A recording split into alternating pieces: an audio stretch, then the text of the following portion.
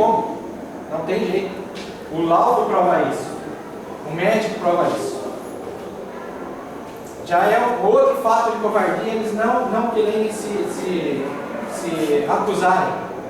Deixaram ao léu. Então, pense muito bem nisso, seus jurados. Pense muito bem na decisão que vocês vão tomar. Sem mais. Com a palavra, a senhora advogada, doutora Alessandra Machado de Brasília. A senhora tem tempo de até 30 minutos para apresentar a sua defesa. Boa noite, excelência. Boa noite, senhor promotor. Boa noite, senhores e senhoras do júri. Boa noite a todos que estão aqui presentes. Antes de começarmos de fato a desenrolar a defensoria, gostaria de convidar a todos a visualizar o local em que os réus que aqui estão, as vítimas, onde eles ficaram soterrados. Já vamos falar um pouco mais sobre isso. Enquanto isso, gostaria de ler para vocês palavras do excelentíssimo senhor juiz Souza Beto, que publicou o primeiro livro em 1946 e 1947, intitulado A Mentira e o Delinquente. Neste livro, ele se revela juiz justo e corajoso. Ele traça logo uma regra fundamental de moralidade e de justiça, advertindo com elevação que não se pode condenar em dúvida. Não conseguimos identificar até hoje quem foi de fato o assassino do amigo de todos os réus que estão aqui, o Sr. Roger. Ele ainda continua dizendo, esse mesmo juiz, que não há um princípio de filosofia, um dogma de moral, um postulado de bom senso, uma regra jurídica que autorize um procedimento condenatório na dúvida. Por que eu estou dizendo tudo isso? Agora sim, eu gostaria de pedir a atenção de vocês para mostrar umas fotos, além dessa que está aqui da caverna.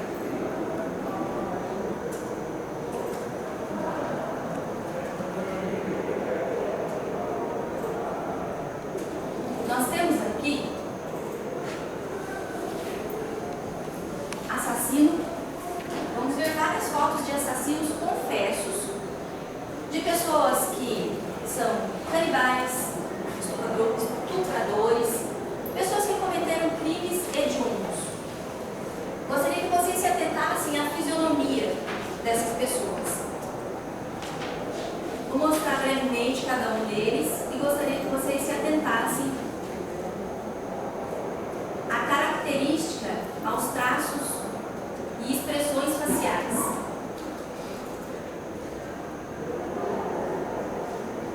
Facilmente se identifica essas pessoas como criminosos. Com certeza, sem sombra de dúvida, todo mundo vai concordar com essa afirmação. Agora, vamos fazer um contraste com as fotos dos réus. Pessoas que estão aqui, pessoas de bem, pessoas que se formaram, estavam na caverna não como profissionais, mas como amadores. Pessoas que têm sua família, pessoas que trabalham, pessoas que, enfim, mantêm vínculos não somente com a família, mas também com toda a sociedade. Vamos para a próxima foto. Senhoras e senhores, eu gostaria que vocês se atentassem, principalmente os do júri. O Sr. Roger é esse aqui da extrema direita. Essa pessoa de pele clara, de corpo não tão franzino, mas percebam de novo a expressão facial e a ligação de amizade que existe entre eles ali.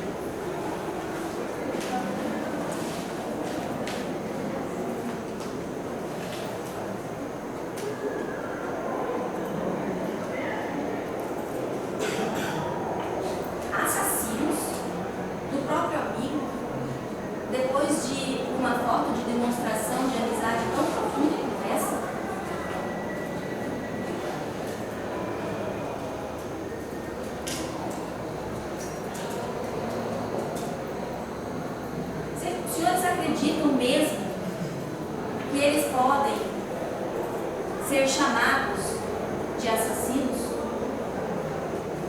é válido dizer que em todas as ocasiões que ocorria esses tipos de reuniões de confraternização entre os amigos, principalmente entre os réus que cristãos, eles estavam sempre todos juntos nesse mesmo ambiente. E todas as famílias se conheciam por conta desse vínculo de amizade que existia entre eles. Como já falado, como já mencionado, o suposto homicídio de autoria incerta aconteceu no ano de 2010, 2013, eles foram detidos. A motivação para a prática do homicídio, e eu friso novamente, de autoria incerta, foi unicamente, o motivo disso foi única e exclusivamente a sobrevivência do grupo. Sacrificar uma vida em nome das demais vidas se deu após o consentimento de todos. O Sr. Roger, ele não foi amarrado, a ideia partiu dele. Isso torna certo? Esperamos que cada um de vocês que aqui estão cheguem à conclusão que a defensoria pretende apresentar. É importante lembrar que as dificuldades para que esse resgate acontecesse num prazo, encontrando eles com vida, eram muitas. Entre uma das dificuldades era que a caverna precisava, primeiramente, ser encontrada, depois desobstruída em tempo hábil pela equipe de resgate.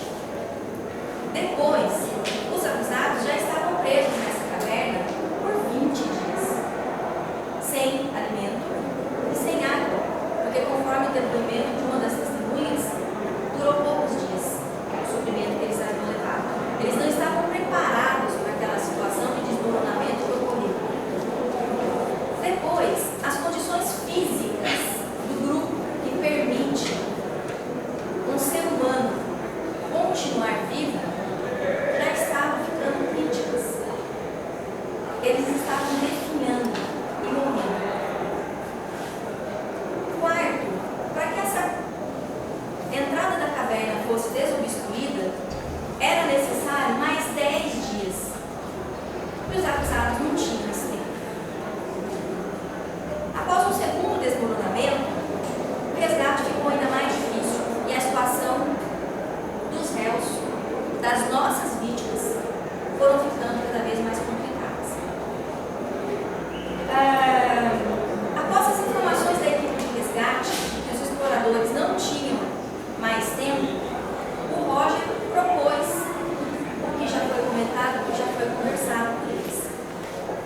A preocupação da equipe de salvamento era desobstruir o mais rápido possível a saída da caverna para que eles fossem resgatados. Mas a perspectiva de que esse salvamento ocorresse com eles vivos eram muito pequenas.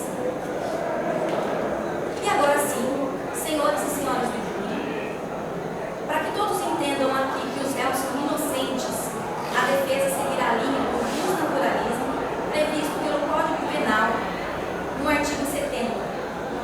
Este refere-se a leis naturais relacionadas à natureza, relacionadas ao desejo de sua própria autoconservação. Esse desejo é nato, todo mundo nasce com ele, não é possível se livrar dele. Isso está naturalmente ligado à vontade humana. E para entendermos melhor o processo de sofrimento causado pela falta de alimento e de água, além do laudo e do depoimento da testemunha, que é o médico Sormário, nós vamos descrever detalhadamente o que sente uma pessoa nessas condições. Quando o corpo perde 2,5% do seu peso em água, ele perde 25% de sua eficiência. Esta é a desidratação leve, mencionada no início, quando a testemunha, o Dr. Mário, foi interrogada. Para que isso fique claro, para exemplificar, um homem de 80 quilos, quando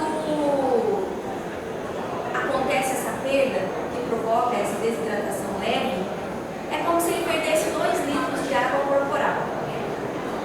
Nessa desidratação leve, já se pode sentir alguns efeitos, algumas consequências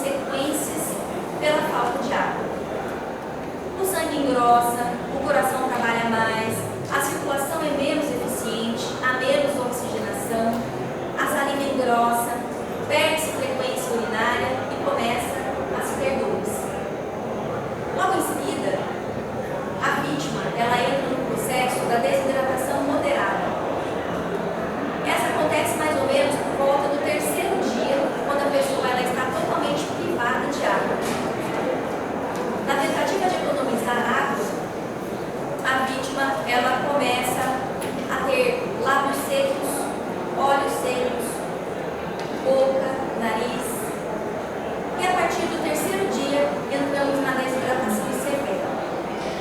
Aí sim é o que a pessoa começa a sentir sofrimento intenso.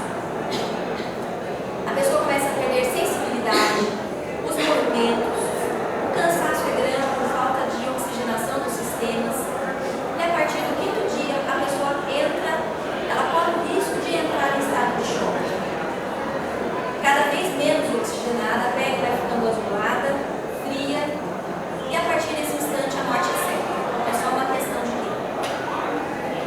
Sem alimento, qualquer ser humano consegue sobreviver mais tempo do que sem água. Porém, doenças que são geradas pela falta de alimento, elas matam muito mais rápido do que a própria falta de alimento em si. E um dos sintomas que a pessoa tem é fraqueza, espasmos musculares, que são aqueles tremores involuntários, câimbras, confusão mental, arritmia, o coração ele começa a trabalhar mais acelerado do que o normal. E a pessoa conseguiria sobreviver em média de 15 dias. Para que entendamos agora o rumo que a Defensoria quer